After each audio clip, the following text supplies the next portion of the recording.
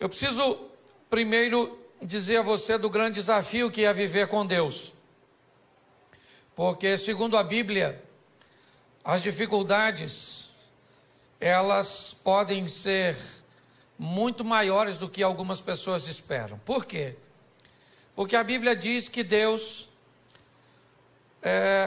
vê as coisas de uma forma diferente de nós. Quando o profeta Samuel vai ungir o novo rei na casa de Jessé, Samuel chega na casa de Jessé e se depara com Eliabe, seu filho primogênito. Então Samuel acredita estar em Eliabe, né, o novo rei para Israel. E Deus diz para Samuel: não atente para a sua aparência, nem para a sua estatura, porque eu tenho rejeitado, porque eu não vejo como o homem vê o que está diante dos olhos, porém o Senhor olha para o coração. Aí a Bíblia também diz que os pensamentos de Deus não são os nossos pensamentos, e os caminhos de Deus não são os nossos caminhos. E aí nós vamos ter um problema sério, porque nós escolhemos nossos relacionamentos por afinidades. E aí a Bíblia diz: eu não penso como você pensa, eu não ando como você anda, e eu não vejo como você vê, e nós vamos ter que andar junto. E como é que esse negócio vai funcionar? Alguém vai ter que mudar para isso dar certo. E esse alguém quem é? Deus. Certo? Deus tem que mudar para se encaixar no meu perfil, senão ele não vai andar comigo, que é um privilégio andar comigo. Certo?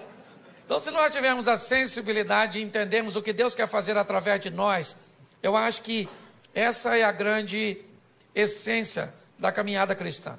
Adquirir no Espírito Santo e na Palavra de Deus a sensibilidade para que se cumpra em nós o que Deus deseja fazer, segundo o que Ele planejou. Ok? Porque às vezes nós vamos nos relacionar com Deus e queremos que Ele faça o que nós desejamos. E a Bíblia é bem clara: os planos de Deus não podem ser frustrados. Então, se os planos de Deus não podem ser frustrados, se prepare para ver os seus. Porque entre os seus e o dele não vai ser frustrado, e você pode ter o seu frustrado. O que você precisa saber é que Ele sabe, conhece todas as coisas e que é o melhor para nós. Então, quanto mais rápido nós descobrimos o que Deus quer fazer, fica mais fácil. E ao longo de todo o tempo Ele nos dá as diretrizes, certo? Deixa eu ser um pouco mais completo nessa mensagem de agora. Quando nós vamos olhar para Gênesis 1 e 2, Deus vai estabelecer o modelo da vida do homem. Que modelo é esse, pastor? A fé. E disse Deus: haja luz. Deus começa então a chamar à existência as coisas que não existem, como se elas já existissem. Isso é fé. Ok? Então o estilo de vida que nós precisamos trilhar é o estilo da fé. De ver aquilo, certo? De acreditar naquilo que não está ainda diante dos nossos olhos, mas já está no nosso campo de visão. Como você viu o pastor Eibe falando, certo? De uma centena de igrejas espalhadas por São Paulo. Isso não é feito por vista, porque as igrejas ainda não estão estabelecidas. Mas isso é feito por visão.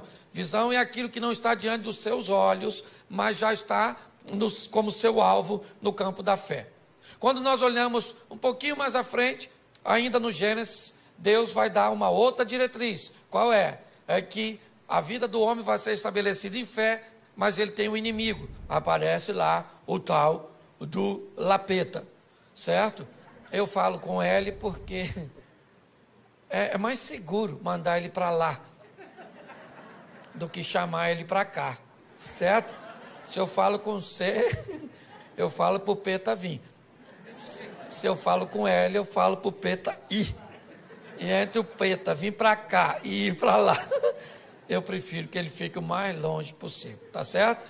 Mas ali nós vamos ter o opositor, o inimigo, tá certo? E logo na frente nós vamos ter as armas que ele vai usar para nos desviar do caminho da fé. O desejo pelo ambiente proibido, essa é uma estratégia do mal, certo? Lembra do tal do Sansão, o tal do cabeludão, que estava careca de saber que não devia se meter com aquelas coisas, certo? E acabou se enfiando onde não devia, porque o diabo montou uma estratégia, botando coisas doces em lugares proibidos. Porque ele é um estrategista para colocar coisas doces em lugares proibidos. Tá certo? Então, o desejo pelo proibido, ele vai falar de inveja e vai dar toda uma diretriz. Por isso a Bíblia diz que o justo viverá pela fé. Então, não é uma fé pontual, é uma fé constante. Pautado nisso, eu tenho que te mostrar hoje que Deus, ele quer mudar a vida de outras pessoas e já faz isso desde o Velho Testamento. Quem acha que essa proposta da salvação para todo mundo, né, e olha para o Velho Testamento e ainda vê, ela parece um pouco travada, mas eu queria lembrar você que uma ex-prostituta chamada Raabe resolveu mudar de vida e sair de cima do muro, tomar uma posição, assumir uma postura e entrou na genealogia do Filho de Deus. Olha só, pensa bem, alguém falasse, o senhor tem na sua árvore genealógica uma ex-prostituta. E Jesus ia falar assim, parente minha mesmo, longe, mas parente, com passado esquisito, mas com futuro brilhante. Ele pega uma moabita chamada Rutinha, uma mulher extraordinária, certo? Ele vai salvar um filho chamado Naamã e tantos outros. Então, pastor, o que Deus quer? Deus está querendo salvar as pessoas. Ele não manda ninguém para o inferno. Quem mandou a gente para o inferno foi o Adão. Deus está trabalhando para tirar. Ah, pastor, não acredita em inferno, morreu, acabou. É um direito que você tem. Só que pode chegar lá, encontrar com ele e falar, ih, caramba, você existe. E o diabo vai falar, prazer. Ah, mas eu não acreditava em você. E o diabo vai dizer, para entrar aqui não precisa de fé. Fé é uma exigência da concorrência. Aqui você entra sem fé mesmo. Você entra nessa cadeira pegando fogo que já vou te atender, ok?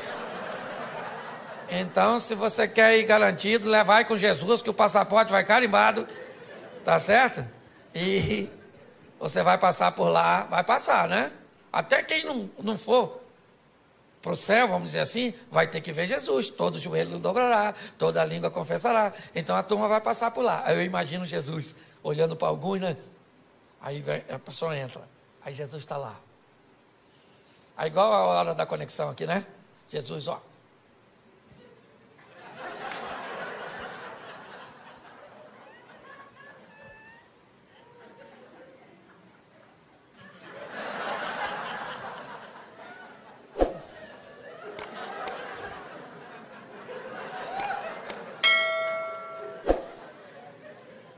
Você está rindo, mas é sério.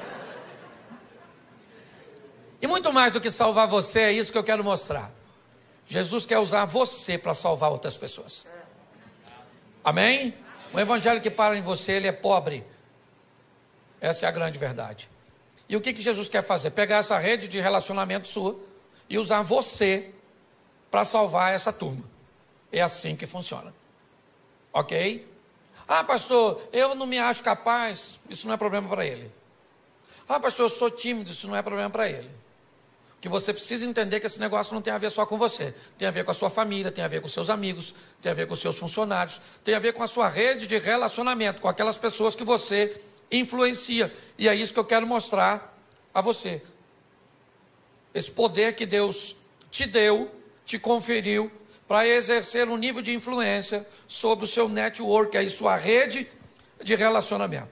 Então, preciso que você abra a sua Bíblia no Evangelho de Marcos, no capítulo 4, no verso de número 35, Marcos 4, 35, que nos diz assim. Já achou? Diga amém.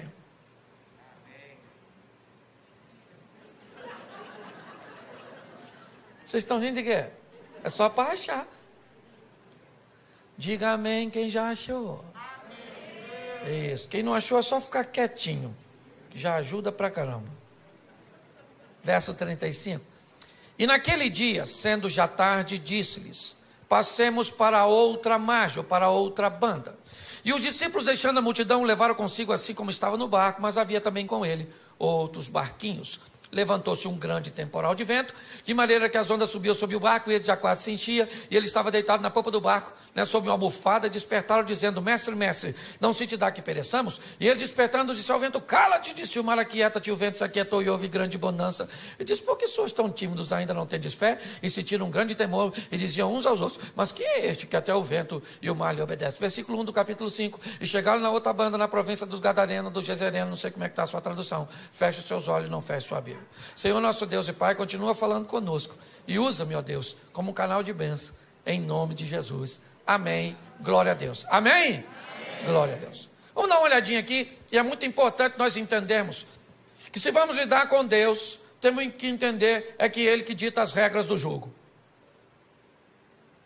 Ele pode ir a lugares, abordar pessoas, tomar decisões que contrariariam, a nossa mente e as nossas escolhas. Ele entra em situações que ninguém entraria.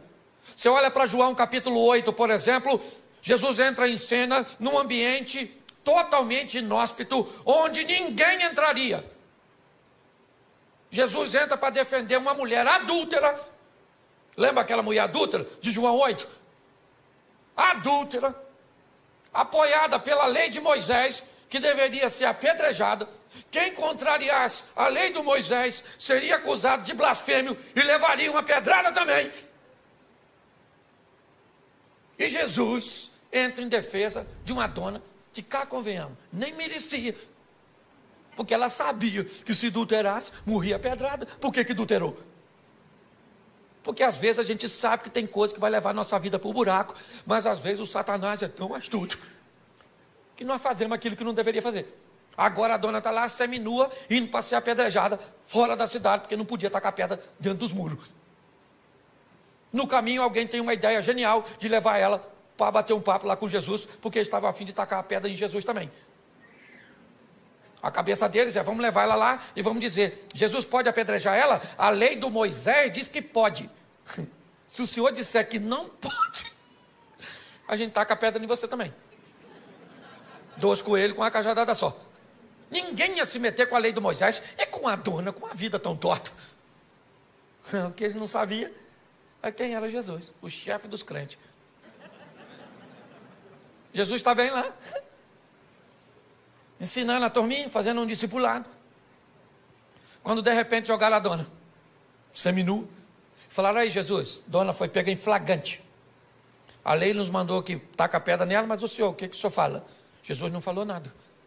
E aí o pessoal falou: fala Jesus, fala Jesus, fala Jesus. Aí ele levantou e falou assim: aí gente, fala uma coisa para tu. Estão a fim de tacar a pedra nela? Então aquele que não tem pecado dá a primeira pedrada, porque a lei do Moisés, que eles estão embasados, diz que só podia tacar pedra, o povo só podia tacar depois que as testemunhas oculares apedrejassem. Então eles que viram tinham que dar a pedrada. Eles tacavam a primeira, não podia ser uma testemunha só, e aí o povo depois vinha e matava. Só que Jesus disse: atire a primeira. Ele não está falando com todo mundo, está falando com quem viu. E aí ele disse: atire a primeira quem não tem pecado. Baixou e voltou a escrever. Aí o furdunço aconteceu, porque todo mundo se conhecia, ficou um olhando para o outro, esqueceram da mulher adúltera e ficaram olhando para as testemunhas oculares. Não vai tacar não, irmão? Taca a pedra, pô. Eu vou tacar depois de tu, porque eu não vi, mas tu viu. Ele falou: eu vi, mas tu escutou o que ele falou? Não pode ter pecado.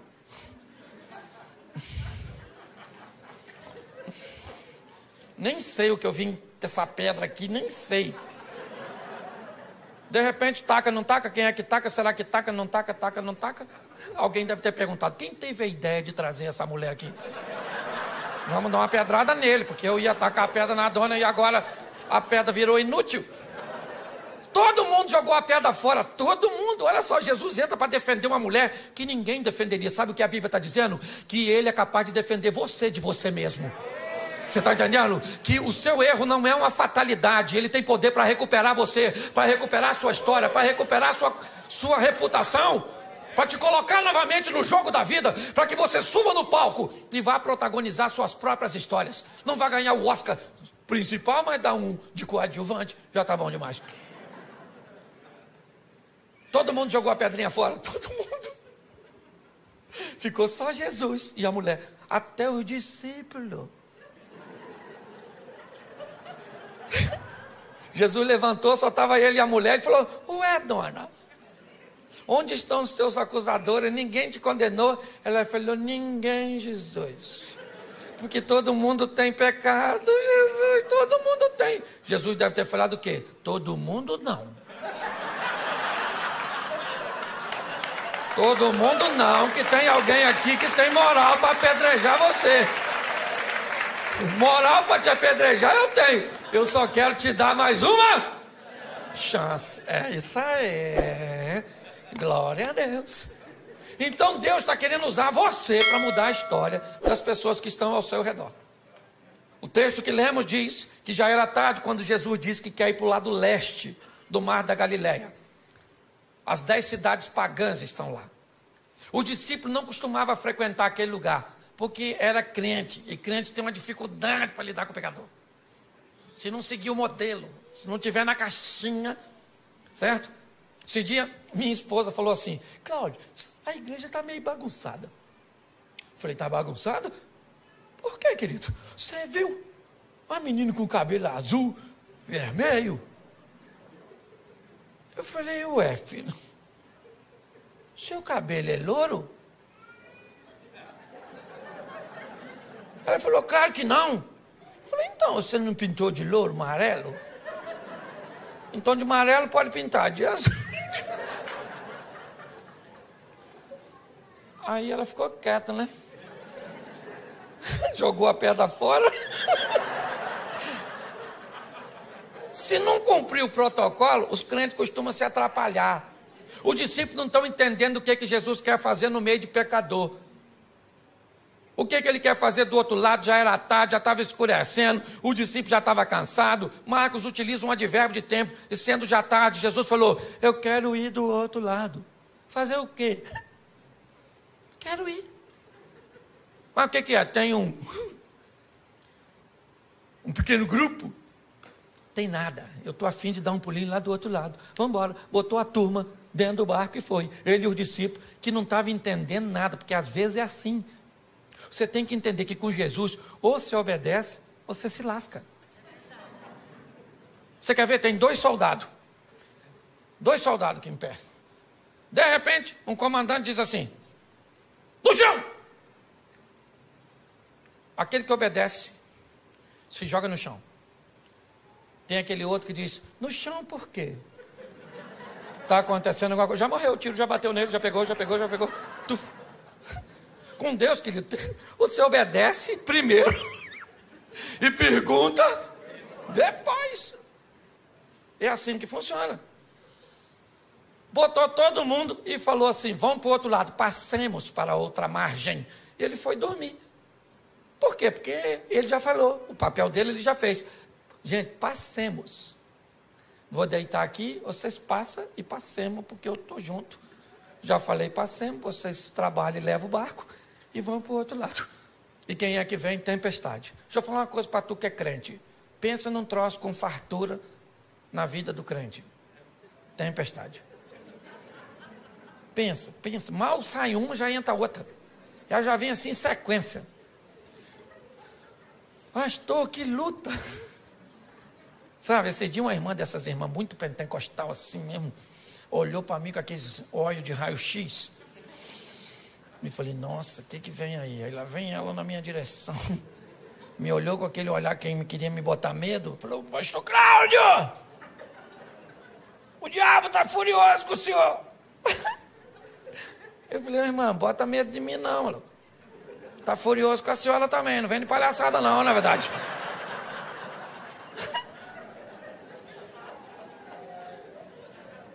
Então deixa eu falar, todo mundo enfrenta dificuldade, sim ou não? Sim ou não? Então, querido, não tenha medo da tempestade não, deixa ela vir. Cristo disse assim, ó: eu venci, vocês vão vencer também. Então não tenha medo do que vai encontrar no percurso. Você tem que ter força para lutar. Para com essas palhaçadas de acabou. Pastor, me desiludi com o meu namorado, não quero mais saber de homem. O homem é tudo igual. A senhora nem conhece os homens tudo do mundo, já está falando que é tudo igual? Então a senhora está muito rodada, entendeu? Mas não, o que é? Um trauma faz com que pessoas interrompam a sua caminhada. Querida, a vida é dura para quem é mole. Certo? Os discípulos estão lá enfrentando problema, o que é que nós vamos fazer do outro lado? E Jesus está lá dormindo. Quando de repente, alguém vai lá nele e diz: Jesus, acorda aí. Falei lá com ele para o senhor: nós vamos morrer afogado. O negócio de ir para o outro lado não vai rolar. Jesus levantou, ficou em pé, falou para o vento: cala a boca agora, vento. Cala a boca aí. Ô mar, eu não quero nem marola, é piscina. Agora. Aí ficaram olhando um para cá do outro. Falou: quem é esse que até o vento e o mar lhe obedecem? Os discípulos estão querendo saber o que é que eles vão fazer do outro lado. E o que que Jesus quer? Alcançar uma influência. Jesus quer alguém para fazer propaganda dele. Porque propaganda é a alma do negócio, gente. Você lembra quando o reino de Ezequias está cercado pelo rei Senaqueribe, filho de Tiglade? E agora não tem rota de fuga, aquela situação toda. E aí, o Ezequias chama o profeta Isaías e diz: Isaías, vamos falar com Deus aqui, meu filho, que a chapa está quente. O negócio está doido. Certo? Está igual ao Rio de Janeiro. O negócio está difícil. Vamos orar. E aí eles falam com Deus: Senhor, olha aí o Senaqueribe ameaçando o Senhor, ameaçando eu. Deus envia um anjo. Quantos anjos? Quantos anjos? Um só. Deus falou: um anjo, dá um pulinho lá e resolve a parada, mata só valente, não mata covarde não. Aí o anjo fazia assim, ó. Quem enfrentava morria, quem corria salvava. Por quê que o anjo não matou covarde? Porque se mata todo mundo, quem é que conta para os outros? Os anjos, os covardes saíam correndo nas nações vizinhas, chegava lá assim, ó.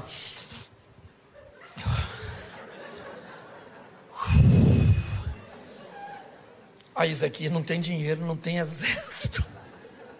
Mas tem um anjo lá, meu filho, exterminador do futuro. Um anjo, rapaz, o anjo mata tudo, irmão. Mata tudo. E alguém deve ter falado: um anjo só?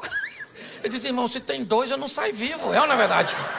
E aí todas as nações vinham a Ezequias e diziam assim: Ezequias, falei para Senaqueribe não mexer contigo. Falei: Ezequias não é a casa, Ezequias é um homem direito. Certo? Olha só. Deixa eu falar uma coisa para você. As adversidades, elas vão vir? Sim ou não? Sim ou não? Mas nós vamos vencê-la. Tem que se prepare, querido. Não reclama não. Os problemas vão vir sim. E é em meio aos problemas que nós vamos ver a manifestação da glória do Senhor. Os discípulos estão amedrontados ali, quando de repente Jesus repreendeu tudo e eles chegaram do outro. Aí acabou, desceu do barco. Eu imagino a felicidade. Nossa, graças a Deus. Quase que fundou, hein, Mateus? Você sabe nadar, Mateus? Você é cobrador de impostos? Nem sei. Quando eles estão ali, olha lá para frente, vem correndo na direção deles, um cara todo machucado, pelado e gritando. Mal acabou uma tempestade, já vem um cara peladão. Eu imagino os discípulos falando: é difícil andar com Jesus, hein?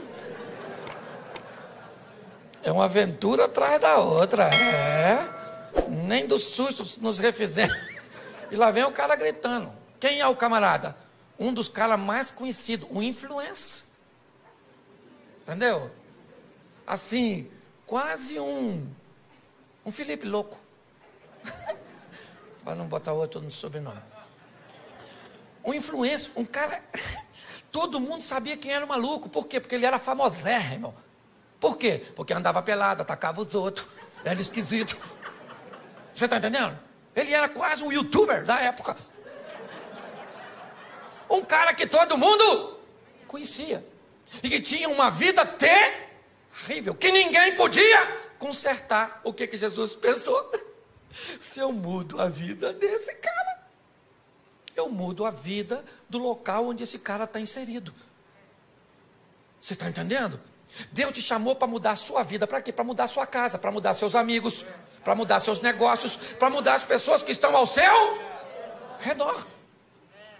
O mundo cujo qual você está inserido não será mais o mesmo depois que Jesus estiver em você. É assim que funciona. Você entende isso? Ah, minha casa, querido, sua casa não muda porque você vai para casa sozinho. Chega em casa, você com Jesus. Ó, hoje eu vou para cá com Jesus, acabou o culto. O Jesus vai comigo. Chega em casa, vai num canto. Falei, Senhor, chegamos aqui, ó. Ambiente inóspito. Os inimigos estão espalhados. Um está deitado ali no sofá, os outros estão dentro do quarto. Tem uma sogra morando lá nos fundos. Então está tudo dominado. E você vai lá dentro da sua casa, querido, e diz que agora aquele ambiente pertence ao Senhor dos Exércitos, que ali é morada dos anjos. Vai no travesseiro daqueles filhos seus, que você tem vontade de entregar eles para o Estado Islâmico. Os meninos rebeldes. Bota uma unção lá naquele travesseiro e profetiza que aquele menino pertence ao Senhor, que a vida dele vai mudar. Vai no travesseiro daquele marido da senhora. Só não sabe onde estava com a cabeça quando disse sim. E vai lá e diz, Senhor, é ruim, mas é meu, muda. Chega na sua empresa. Você, querido, o ambiente tem que mudar quando nós chegamos. Jesus está olhando e dizendo o que é. Eu vou mudar a vida de um camarada. Que camarada é esse? Um indivíduo que ninguém queria. Mas o que ele é? Ele é um influenciar. E quem é esse cara hoje? É você. Não estou te chamando de endemoniado, não. Ainda que ser endemoniado não é nem tão ruim. Por quê? Porque quando o cara tem demônio, nós expulsamos o demônio, o cara conserta. O ruim é quando o cara é ruim e não tem demônio. Pensa, Fábio, como é que nós expulsamos? Sai você de você mesmo. Pensa. O que fulano, o que ele está desse jeito? É demônio, então nós bota, sai demônio. Aí sai, o cara conserta, mas quando não tem demônio é o cara mesmo que é o... Você está rindo, mas é sério. O camarada está lá, todo mundo sabe quem ele é. E ele vem na direção de Jesus. O discípulo olhando e pensando, o que nós viemos fazer aqui?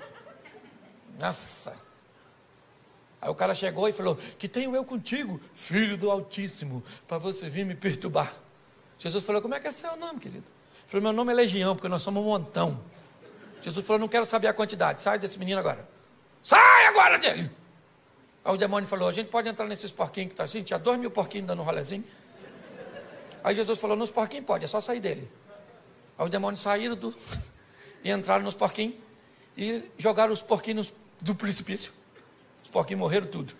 Aí quem chegou na cena? Quem cuidava dos porquinhos. E falou, vocês viram uns porquinhos que estavam por aí aqui assim?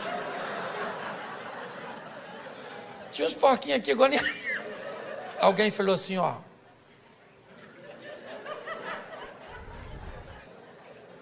O matador de porquinho é aquele lá, ó.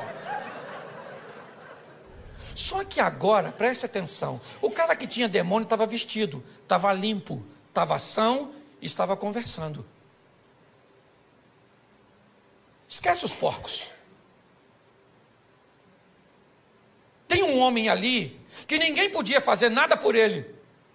E que agora esse homem está transformado. E aí o pessoal vai para a cidade e diz, sabe o maluco? Não é mais maluco. Sabe o pelado? Não é mais pelado.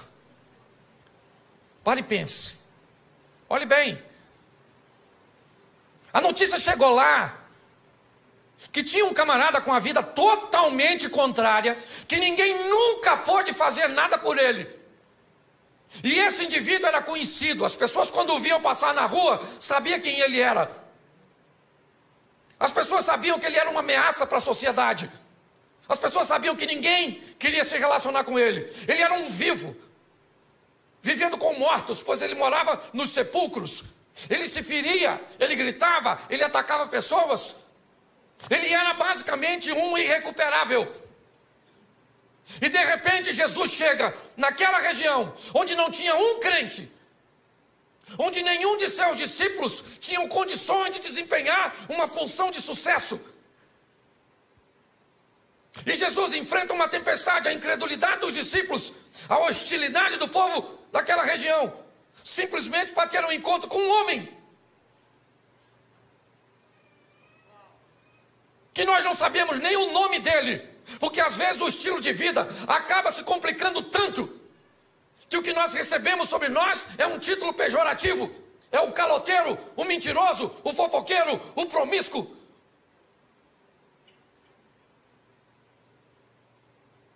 Quando olhamos para esse ambiente, não dá para entender o que Jesus está querendo com aquele homem, que ninguém daria nada por ele.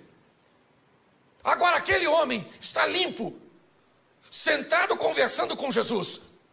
E Jesus então diz: eu vou embora daqui. Eles não me querem. Aliás, eles não querem nem a mim e nenhum dos meus discípulos. Eu sou rejeitado aqui. E Jesus então vai sair daquele ambiente. Quando ele vai sair, o homem diz assim: eu gostaria de ir com o Senhor, Jesus. E Jesus disse: não, comigo você não vai. Você vai ficar aqui. E você vai mostrar para toda essa nação 10 cidades pagãs, Decápolis. Você vai mostrar para este povo quão grandes coisas fez o Senhor por você e como Ele teve misericórdia de você. Eu estou indo embora, mas eu vou deixar você aqui. Quem é você? O ex-endemoniado? O ex-louco? Quem é? Como é que vão acreditar nesse camarada?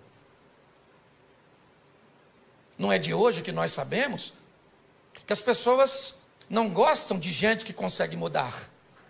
Não é de hoje que nós sabemos que pessoas têm muitos problemas com quem resolve viver uma vida direita. Por isso que muitas vezes você diz assim: pastor, eu não faço nada, pastor. Eu lá no trabalho, eu trabalho direitinho, eu chego no horário, eu faço tudo certinho, eu desempenho a minha função e eu estou sendo tão perseguido. O que está acontecendo comigo? O que está acontecendo com você? Todas as vezes que você faz o certo, você passa uma mensagem para quem está fazendo errado. Que é possível fazer certo, que é possível ser honesto, que é possível ser direito. Ser certo, inevitavelmente, vai incomodar as pessoas. Quando nós olhamos agora, Jesus disse para esse homem: você não vai comigo, você vai para a sua casa. Você vai para os seus.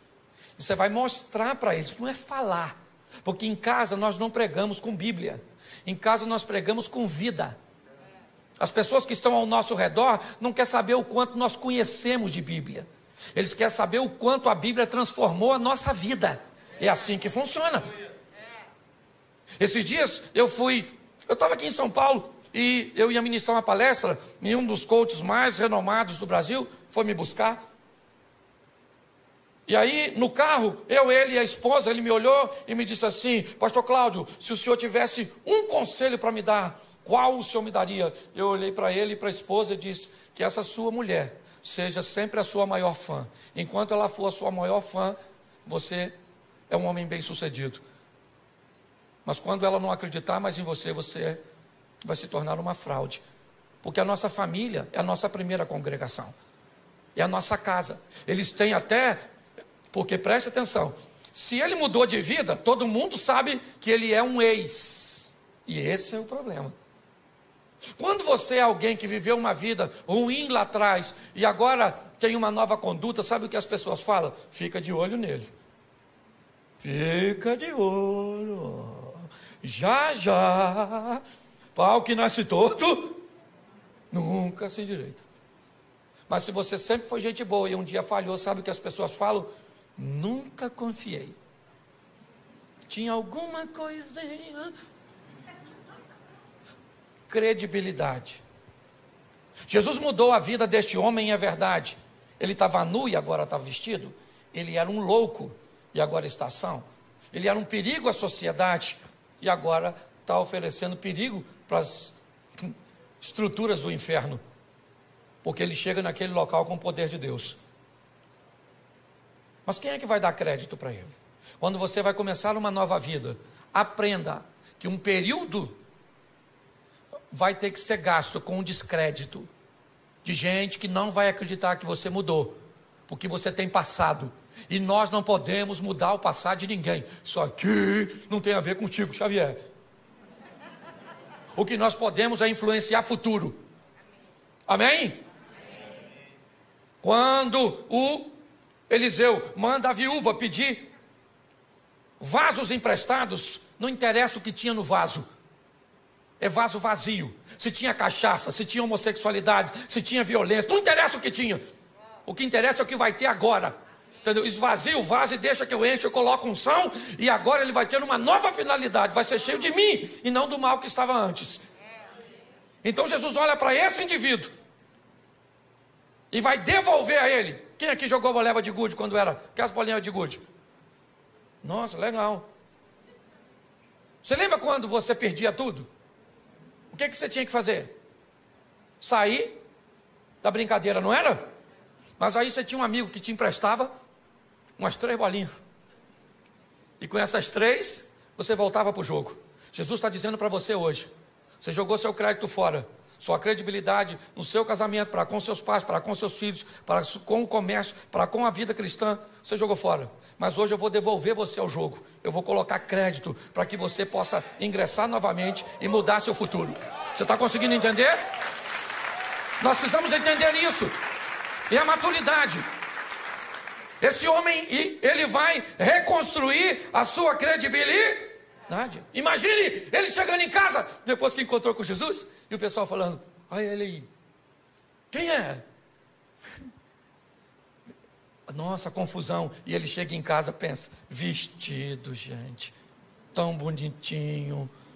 E ele falando: bom dia, família. E o pessoal: olha mesmo, grita de novo, arranca a roupa. Porque depois da credibilidade, o próximo passo, sabe qual é? A desconfiança. O pessoal fica olhando para a gente desconfiado, não fica? Mudou mesmo, mudou mesmo, mudou mesmo. Mudou nada.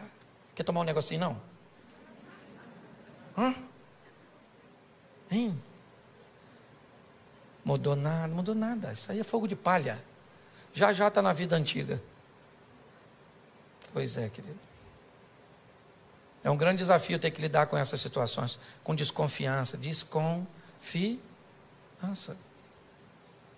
É assim. Isso faz parte da nossa reintrodução nesse jogo. Deixar esse velho homem para trás e tudo aquilo que todo mundo tem passado. Todo mundo tem passado. Todo mundo tem passado. E louvada seja Deus por isso. Ninguém aqui tem direito de falar do outro. Tem? Fala. Ninguém aqui tem não, querido. É um grande desafio. Eu lembro, no começo, até fui falar com uma irmãzinha que foi falar comigo ali, como é que as pessoas desconfiavam no começo do meu ministério, por eu pregar desse jeito assim, extrovertido, fazendo os outros rir. Deu uma confusão no meio evangélico. Ah, esse pastor é um palhaço. Quem já escutou isso, levanta a mão, por gentileza. Aí, tá vendo como é que me fere até hoje? Você é um animador de auditório, um palhaço, não tem conteúdo. Escutei tudo isso. Sabe o que eles falavam? Já está envolvido no escândalo. Porque isso é um irreverente. Só porque eu sou bem-humorado. Isso sou mesmo, que dane-se. Tem gente que diz que veio para esse mundo para sofrer. Sofrer é verbo. Falei isso aqui já. E verbo só faz sentido se for conjugado. Então para com esse negócio de sofrer. Se conjugar o verbo, pelo menos não conjuga na primeira pessoa. Na segunda pode. Eu não sofro, mas tu sofre. Nós não sofremos, vós sofreis, eles só. Aprenda uma coisa: se você não precisa da aprovação de algumas pessoas, por que vai se importar com a crítica delas? Você tem que saber quem você é. Estão querendo roubar a sua identidade, é isso? Causando caos na sua mente. Quando eu olho para esse texto, o que eu vejo? Eu vejo a desconfiança, sim, porque ela existe para todos nós que estamos reconstruindo a nossa credibilidade. E depois disso que vem a consistência. Quanto tempo isso dura? Eu já estou 29 anos no caminho do Senhor. Você nunca viu meu nome envolvido em escândalo. Eu tive um problema uma vez, que eu falei uma besteira, mas pedi desculpa. Também não sou perfeito. Certo? Mas eu não tenho. O pessoal ficava esperando o dia que eu fosse cair, mas nada. Meu pai casou 8 vezes, eu casei uma só. E vou com a minha mulher até o fim, em nome de Jesus. Ou na alça ou no caixão. De preferência, eu quero ir na alça, para ela não sofrer com o meu falecimento. Não, na verdade, eu gosto tanto dela que eu não quero assim ver ela chorar no meu sepultamento. Eu estou mais preparado para chorar no dela, entendeu? Se mostrar isso para ela depois, acabou o casamento. Não. Mas deixa eu te falar, o tempo foi passando, e aí sabe o que acontece? A reputação vai se consolidando. E aqueles que te perseguiam começam a te defender. Agora é um homem de Deus. Agora é uma mulher de Deus. É assim que funciona. Aqueles que te perseguiam às vezes no trabalho, agora chega perto de você e diz assim: como é que está aquela igreja lá que você frequenta mesmo? Como é que é o nome? Aí você fala. Aí ele diz assim: quando são as reuniões lá? Aí você diz, aí ele vem no cantinho assim e diz: leva o nome da minha família aqui. Escondidinho assim para ninguém ver. O que é isso? Isso é Deus consolidando e mostrando que aquilo que Ele fez na tua vida está mudando a vida das pessoas que estão ao seu redor. O evangelho verdadeiro, ele não muda só a nossa vida, ele muda a vida da nossa casa. As pessoas têm que querer ver, porque aquilo que Ele faz em você instiga. E quanto maior a intimidade, mais coisa Ele pode fazer. Gente, se tem uma passagem bíblica que me confunde, eu falo para você, é o tal do Lázaro. Olha, quanto maior o relacionamento, pastor, mais coisa, mais difícil Deus pede dos crentes. Porque presta atenção, o Lázaro está doente, Jesus não vai. O Lázaro está morrendo, Jesus não vai. O Lázaro morre, Jesus não vai. 4 dias depois, Jesus chega lá, atrasadérrimo, em Betânia. Chegou dando um rolezinho. A Marta já veio: olha, se o senhor tivesse aqui, meu irmão não teria morrido. Jesus falou: Martinha, vai lá e chama Maria para vir aqui, que eu estou querendo conversar com você.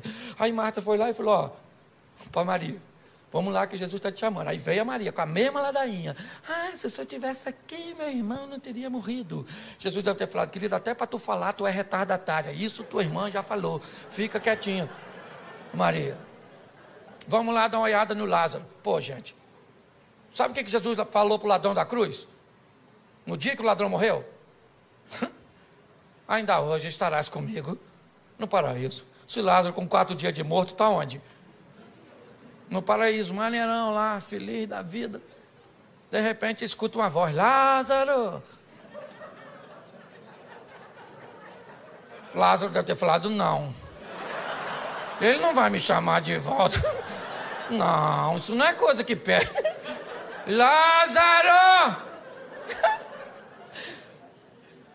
Sabe o que Lázaro deve ter falado para o anjo? 4 dias, vim passar só o carnaval aqui, na verdade. Só um feriado aqui, já estou voltando. Quanto maior for sua intimidade com Deus, mais coisas estão. Você quer viver o incrível com Deus? Quem quer viver o incrível, sensacional, o extraordinário? Então, querido, é intimidade. É assim que tem que ser. Esse cara está vivendo o incrível. 2 anos e meio depois, nós vamos sair de Marcos 5 e vamos para Marcos 7, versículo 50, por aí. Finalzinho do Marcos 7. Jesus, 2 anos e meio depois dessa primeira visita, ele volta a Decápolis, pelas terras de Tiro e de Sidom. E em Decápolis ele vai fazer a segunda multiplicação dos pães. Quando Jesus chega em Decápolis,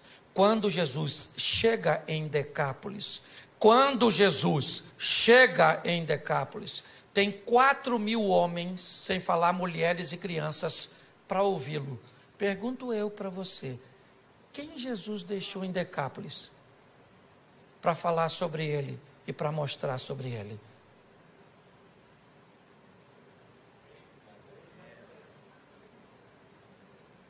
Você consegue entender? Quem era Gadareno? Gadareno era um camarada que poderia ser usado por Jesus para mudar as pessoas que estavam ao seu redor. Cada um de nós temos o nosso grupo de influência. Se ele é grande, se ele é pequeno, Isso não é o que está em questão. O que está em questão é que o ambiente que eu estou inserido, ele vai mudar. Por quê? Porque o Evangelho está em mim.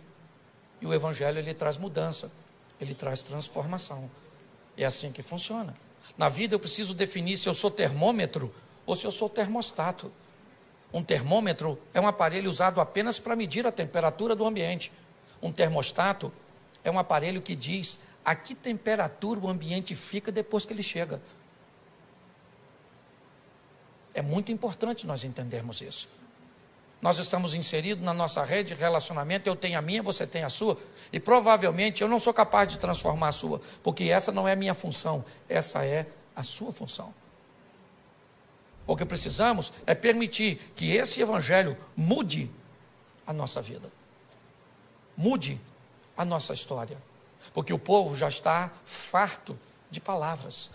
O que o povo quer ver é mudanças. Você sabe que um dos maiores inimigos da expansão do Evangelho é o mau testemunho de algumas pessoas que se dizem andar com Jesus? Nós precisamos sair daqui hoje. Esse é o meu propósito de vir aqui. Foi isso que Deus colocou no meu coração. De fazer com que você saia realmente para casa com uma visão missionária. De transformar vidas. E como já foi dito aqui, não simplesmente de fazer um novo convertido, mas de fazer um discípulo, de ensinar as pessoas o que é relacionamento com Jesus, porque um convertido, ele normalmente já fica satisfeito com o que alcançou, sua salvação. Um discípulo não, ele vai atrás de outras pessoas, ele vai, não interessa, e presta atenção, quanto pior for a pessoa, vai atrás dela, porque a mudança dela vai causar um grande impacto. Agora Jesus volta, e eu fico imaginando, quem vem aí? Jesus? Não. Quem é que está chegando em Gadara? Por que nós devemos vê-lo? O que ele tem? Cara, o homem que está vindo aí, ele é o camarada que fez aquele indivíduo mudar de vida. Aquele cara que era famoso porque andava nu, atacando as pessoas, desequilibrado, ele mudou. Mas como ele mudou? Ele mudou porque Cristo mudou a vida dele. As pessoas estavam interessadas em ver Jesus e também olhar o indivíduo que outrora vivia nu. Se você lembrar da passagem de Lázaro, voltamos a ela. As pessoas vinham de longe para ver Jesus, mas para ver também Lázaro. E muitos queriam matar Lázaro de novo, porque as pessoas estavam acreditando em Jesus por causa de Lázaro. E Lázaro não estava nem aí. Só deve ter falado com Jesus. Se matar agora, por favor, me deixa quieto. Você consegue entender isso? Então hoje sabe o que acontece? Primeiro, nós estamos sofrendo porque as pessoas não nos aceitam, porque isso, porque aquilo. Eu não estou nem aí, estou nem aí, estou nem aí, estou nem aí. Vai para a internet ver o que as pessoas falam de mim. Esse dia disseram que eu sou o anticristo. O senhor prega desse jeito, o senhor deve ser o anticristo. E eu escrevi lá mesmo, se eu for o anticristo, você deve ser a besta.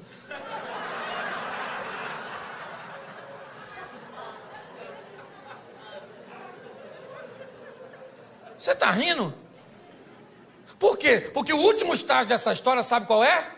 A inveja dos imutáveis. Quem não muda de vida, quem não vence. Aí tem que ficar dizendo. Aí olha para você que emagreceu 30 quilos. Nossa, emagreceu, hein? Mas acabou também. Tá velha, tá bagunçada. Porque tem gente que não gosta de ver as coisas acontecerem na sua vida. Aí você tem que decidir. Você está querendo viver para impressionar os outros? Ou você está querendo viver para agradar a Deus? Eu não estou nem aí. Se tem uma palavra que eu uso muito, me permita aqui, pastorzão, é o dane-se.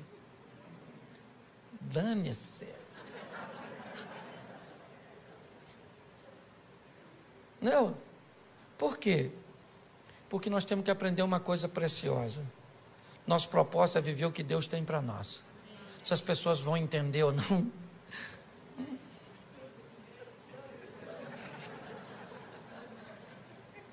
Certo? Nós vamos viver. Então pare de ficar abatido. Descubra o que Deus quer fazer através de você na sua rede de relacionamento. É assim que funciona. E você vai ver que a sua vida vai ficar mais fácil. Quem imaginava que aquele indivíduo seria um evangelista tão poderoso? Ninguém. Se você estivesse lá, você o escolheria? Provavelmente não. Mas ele escolheu. E muito mais do que ter escolhido aquele homem, ele escolheu a mim e a você, acreditando que nós também podemos mudar o ambiente cujo qual nós estamos inseridos. Saia daqui hoje, leve Jesus para sua casa, para sua família. Leve mesmo, mas fala para o mundo espiritual. Chega dentro de casa e diz: Jesus está aqui. Chega na empresa, chega para o seu casamento, chega para os seus filhos. É assim que funciona. E o ambiente vai mudando. Posso ouvir um amém? Amém. Você pode ficar de pé? Fecha seus olhos. Pode fechar que ninguém vai pegar nada seu não. Só porque eu sou carioca e flamenguista, né? Saudações. Fecha seus olhos, fecha aí. Isso. Feche seus olhos. Senhor nosso Deus, muito obrigado pela oportunidade que o Senhor nos tem dado de acreditar em nós, de olhar num ambiente onde muitas pessoas não dariam nada para o nosso futuro. As sentenças a respeito de nossa família, de nossa caminhada de fé, de nossos filhos, do nosso casamento, às vezes da nossa saúde, não é das melhores. Mas nós vivemos pela fé, servimos um Deus que é todo poderoso. Acreditamos que o Senhor nos escolheu porque nos ama. Não somos merecedores, mas te agradecemos por demais tal escolha. Seja conosco, Senhor, nessa caminhada de fé, nos blindando, nos dando condições de entender quem somos no Senhor e o que somos capazes de realizar e também de suportar. Que todas as oposições que se levantam contra nós caiam por terra. Que a nossa casa seja morada dos teus anjos. Que sejamos casados para sempre. Que aquilo que nos une sempre será mais forte do que todas as forças empregadas para nos separar. Nossos filhos são flechas na mão de um valente que vão chegar em lugares que nós não chegamos. Eles são heranças do Senhor. Desta terra comeremos o melhor, porque o Senhor é o nosso refúgio e a nossa fortaleza.